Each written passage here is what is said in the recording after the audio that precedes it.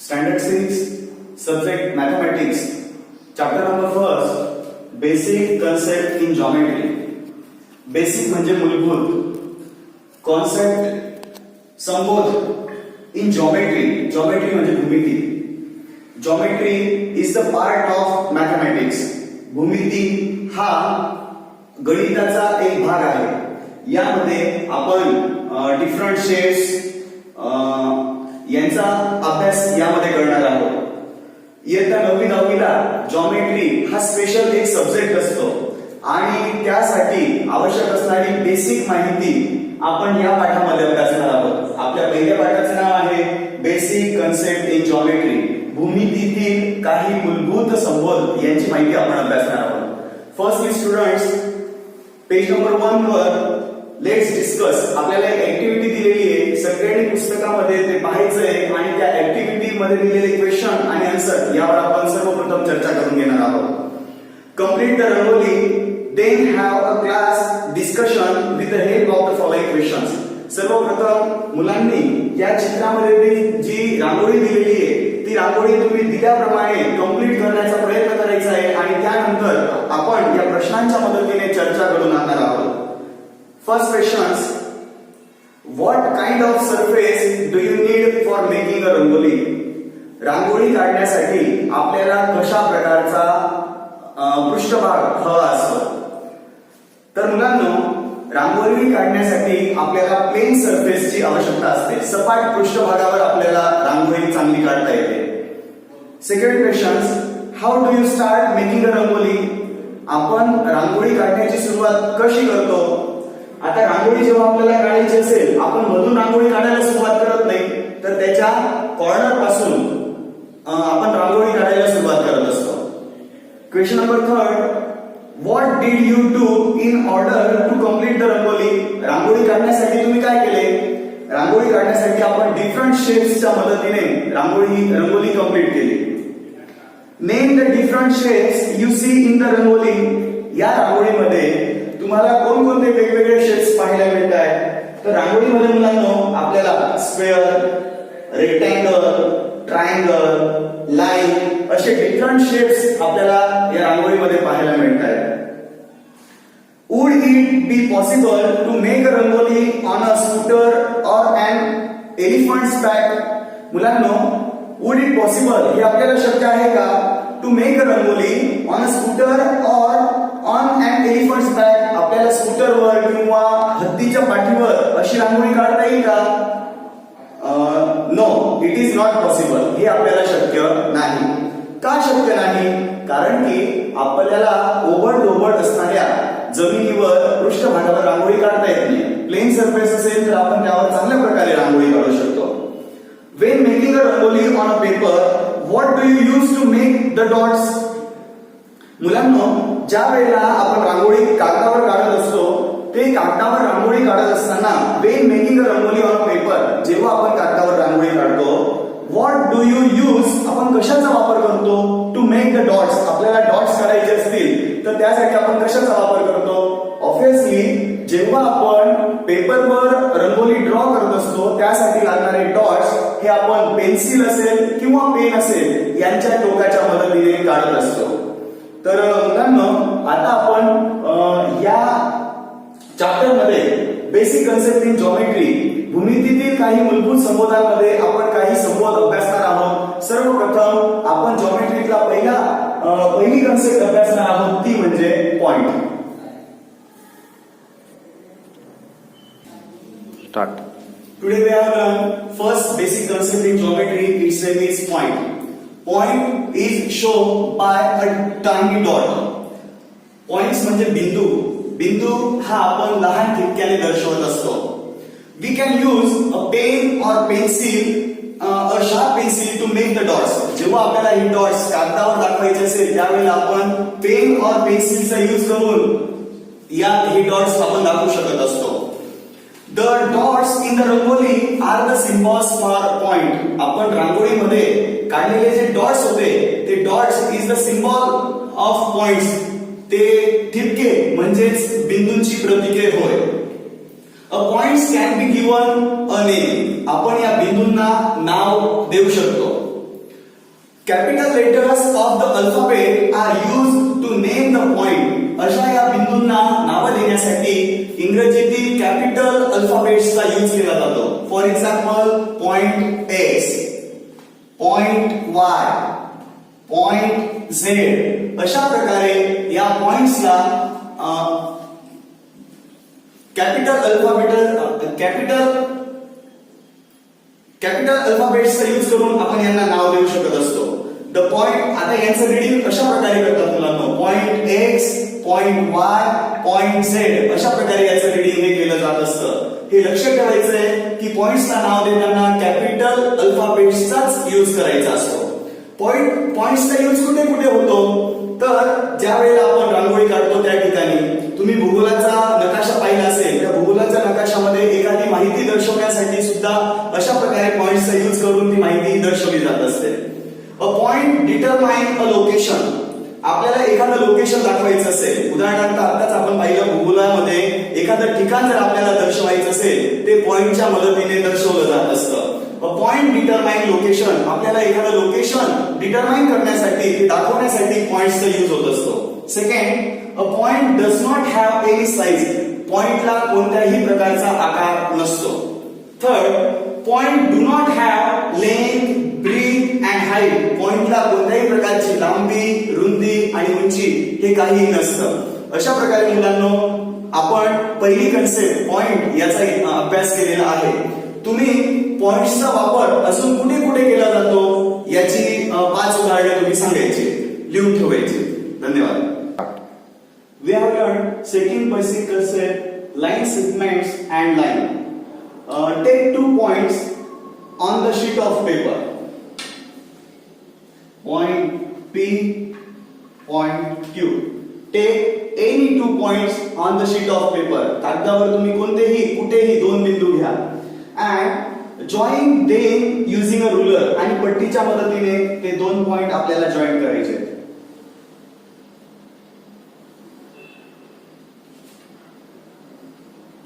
We get the straight line PQ. आपल्याला PQ ही रेघ मिळते. Can we extend this line further on the both sides of PQ? ही रेषा आपल्याला extend म्हणजे वाढवणे, बोथ साइड्स म्हणजे दोन्ही बाजूला. ही रेषा आपल्याला दोन्ही बाजूला वाढवता येईल का? यस, आपल्याला दोन्ही बाजूला ही रेषा अजून वाढवता येईल. हाऊ फार कॅन वी एक्सटेंड इट? ही आपण किती वाढवू शकतो?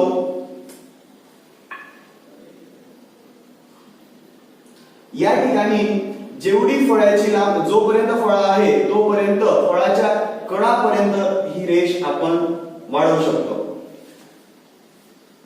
We can extend the lines in the both directions till the edges of blackboard.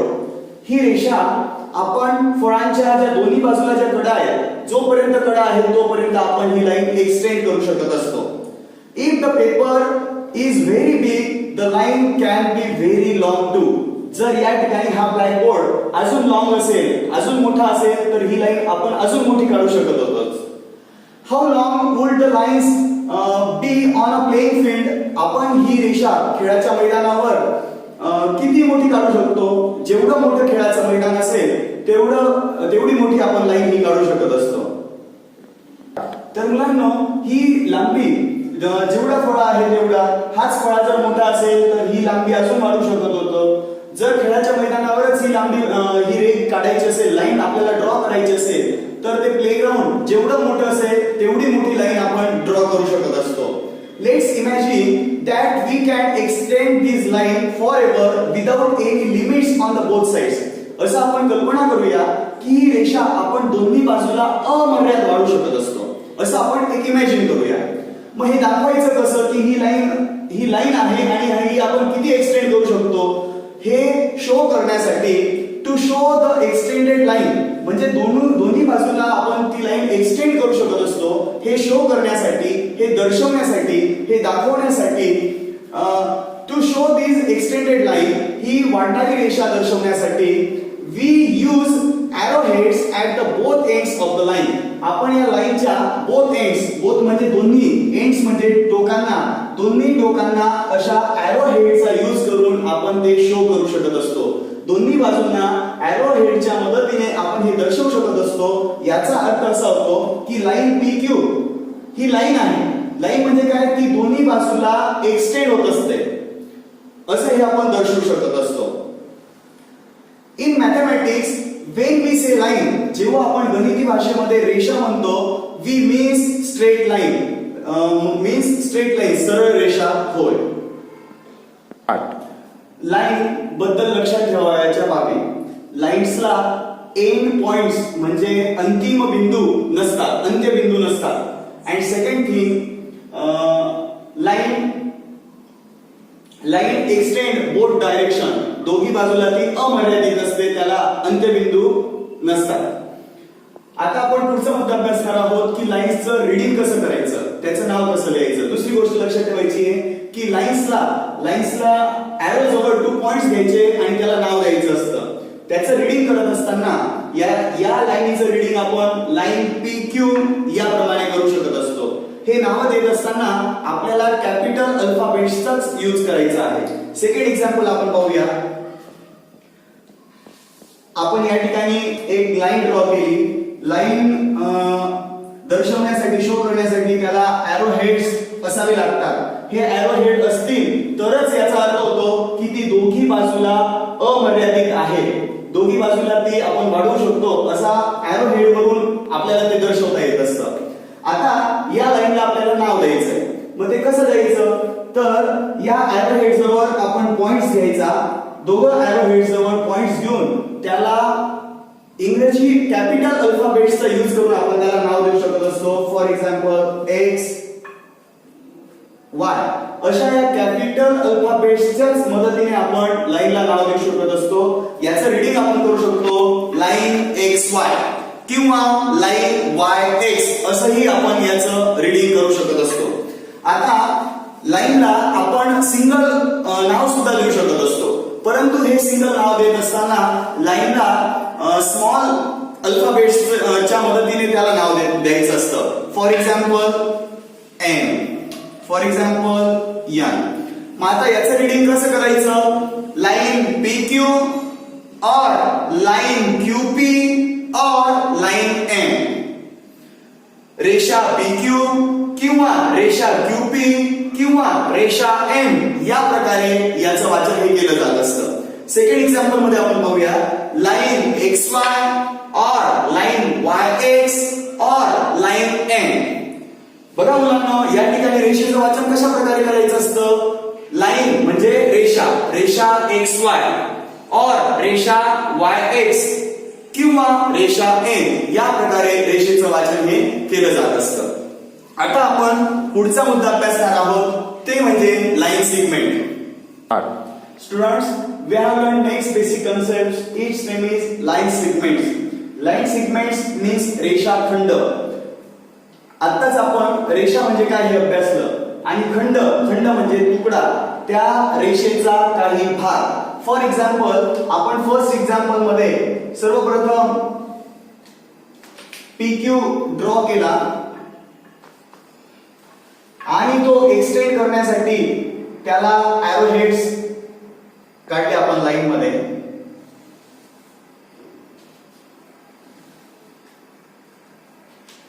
या ठिकाणी ही झाली लाईन, याचं रीडिंग आपण केलं होतं लाईन PQ। PQ ही रेषा आहे, ती दोघं बाजूला अमर्यादित आहे, मात्र PQ हा सेगमेंट आहे। PQ या रेषेचा हा एक तुकडा आहे, त्याला रेषाखंड PQ या रेषेचा, PQ हा हे त्याचे दोन P आणि Q हे जे दोन एंड पॉइंट्स आहे, हा या रेषेचा एक भाग आहे, हा एक तुकडा आहे, यालाच रेषाखंड असे म्हणतात, यालाच लाईन सेगमेंट। लाईन म्हणजे रेषा, सेगमेंट्स मीन्स खंड, तुकडा म्हणजे या रेषेचा तो तुकडा आहे असे याला म्हणतात। फॉर एक्झाम्पल, आपल्याला जर सांगितलं की draw 5 centimetre of line XY, त्यासाठी आपण बरोबर 5 सेंटीमीटर लांबीचाच तुकडा काढणार आणि हे दर्शवण्यासाठी याला 5 सेंटीमीटर त्याचे जे एंड्स पॉइंट्स असतात, ही याची झाली लिमिट्स। या लिमिट्सच्या बाहेर हे आपण वाढू शकत नाही. आपल्याला 5 सेंटीमीटर सांगितलं, आपण 5 सेंटीमीटरचाच सेगमेंट्स काढणार. हे दर्शवण्यासाठी त्याचे जे एंड पॉइंट्स असतात त्या एंड पॉइंट्सला कॅपिटल अल्फाबेटचा यूज करून त्याला नाव दिलं जात असतं. For example point M. आता याचं रीडिंग कसं केलं जातं? याचं लाईन सिगमेंट्स असं रीडिंग न करता रीडिंग करत असताना सेगमेंट एम और सेगमेंट एम अशा प्रकारे याचं रीडिंग करू शकतो. आता हे लिहायचं कसं? लिहिताना सेगमेंटचा एम और सेगमेंट एम या प्रकारे याचं रायटिंग हे केलं जात असतं.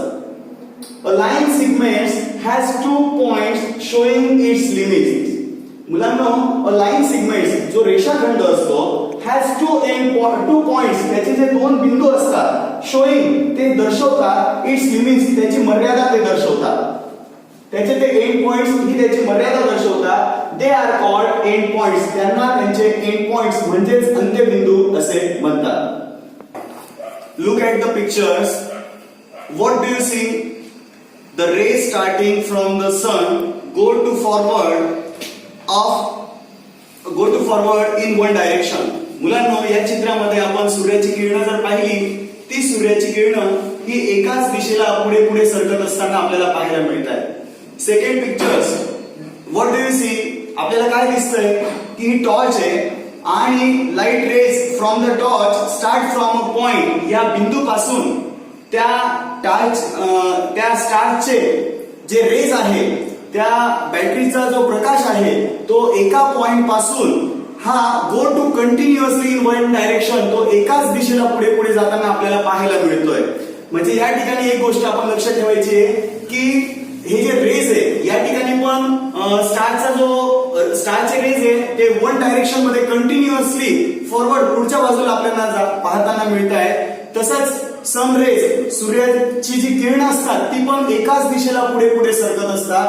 यामध्ये आपण लक्षात ठेवायचंय a rays is a part of line. किरण हा रेषेचाच एक भाग आहे. And goes forward continuously in a same direction. आणि हे जे रेज असतात ते रेज गोज फॉरवर्ड, ते पुढे जात असतात कंटिन्युअसली सतत इन अ सेम डायरेक्शन, ते एकाच दिशेने सतत पुढे जात असतात. जशी सूर्याची किरणं एकाच दिशेला पुढे सरकत असतात, हा टॉर्च लाईट, हे जे बॅटरीचा जो प्रकाश आहे तो एकाच दिशेने पुढे सरकत असतो. The starting point of a ray is called its origin. ज्या ठिकाणाहून हे स्टार्टिंग पॉइंट ऑफ रेज, त्या किरणाचा ज्या ठिकाणाहून सुरुवात होते, इज कॉल्ड इट्स ओरिजिन, त्याला त्याचा आरंभ बिंदू असे म्हणतात. फॉर एक्झाम्पल, सन रेजची स्टार्टिंग इथून होत असेल तर याला या रेजचा ओरिजिन पॉइंट असे म्हणतात. टॉर्चचे रेज जर या ठिकाणाहून स्टार्ट होत असतील तर याला याचा ओरिजिन पॉइंट्स असे म्हणतात.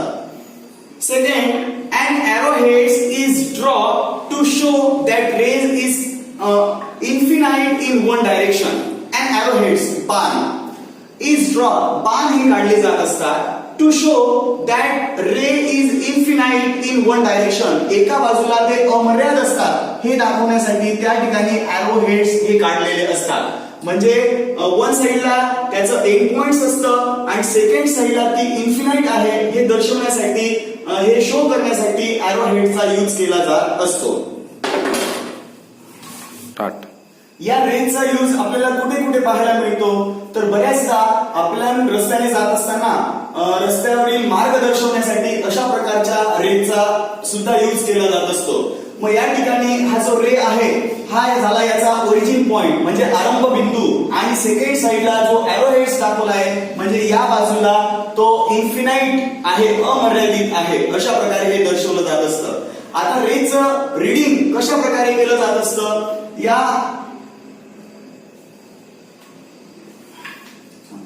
याचे रीडिंग करत असताना रे पी क्यू या प्रकारे करतात. जसं आपण लाईनचं रीडिंग करायचं असेल, लाईनचं रीडिंग करत असताना लाईन पी क्यू और लाईन क्यू पी या प्रकारे विरुद्ध दिशेने सुद्धा आपण त्याचं वाचन करू शकत होतो.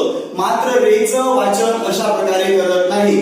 रेचं वाचन करत असताना त्याचं रीडिंग करत असताना नेहमी आरंभ बिंदूपासून ओरिजिन पॉइंट पासूनच हे स्टार्ट केलं जात असतं. म्हणून याचा ओरिजिन पॉइंट पी आहे, म्हणून याचं रीडिंग करत असताना रे पी क्यू याच प्रकारे याचं वाचन केलं जाईल. रे क्यू पी असं याचं वाचन करता येणार नाही. सेकंड एक्झाम्पल आपण पाहूया.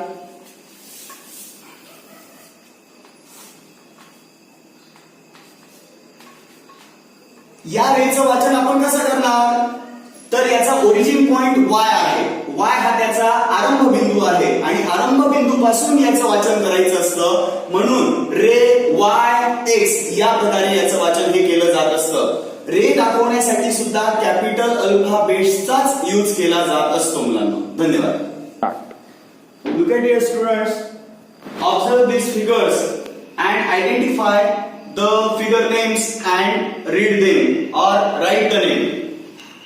First figure जर आपण पाहिली तर या ठिकाणी आपल्याला दोघं बाजूला एरो हेड्स दिसत आहेत. याचा अर्थ ते दोघं बाजूला इन्फिनाइट अमर्यादित आहे. म्हणून हे काय आहे, याला लाईन असे म्हणतात. लाईन. आता याचं रीडिंग कसं करतात मुलांनो, लाईन पी क्यू और लाईन क्यू पी. सेकंड हे काय आहे, पॉइंट. आणि याचं रीडिंग कशा प्रकारे करत असतात, पॉइंट एक्स.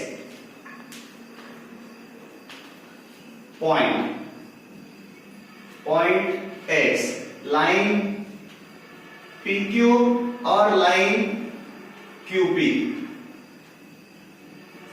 थर्ड फिगर मध्ये मुलांनो दोन्ही बाजूला त्यांचे एंड पॉइंट्स मर्यादा दर्शवणारे बिंदू आहेत आणि म्हणून हा लाइन सेगमेंट आहे. याचं रीडिंग कसं करत असतात, सेग AB और सेगमेंट BA.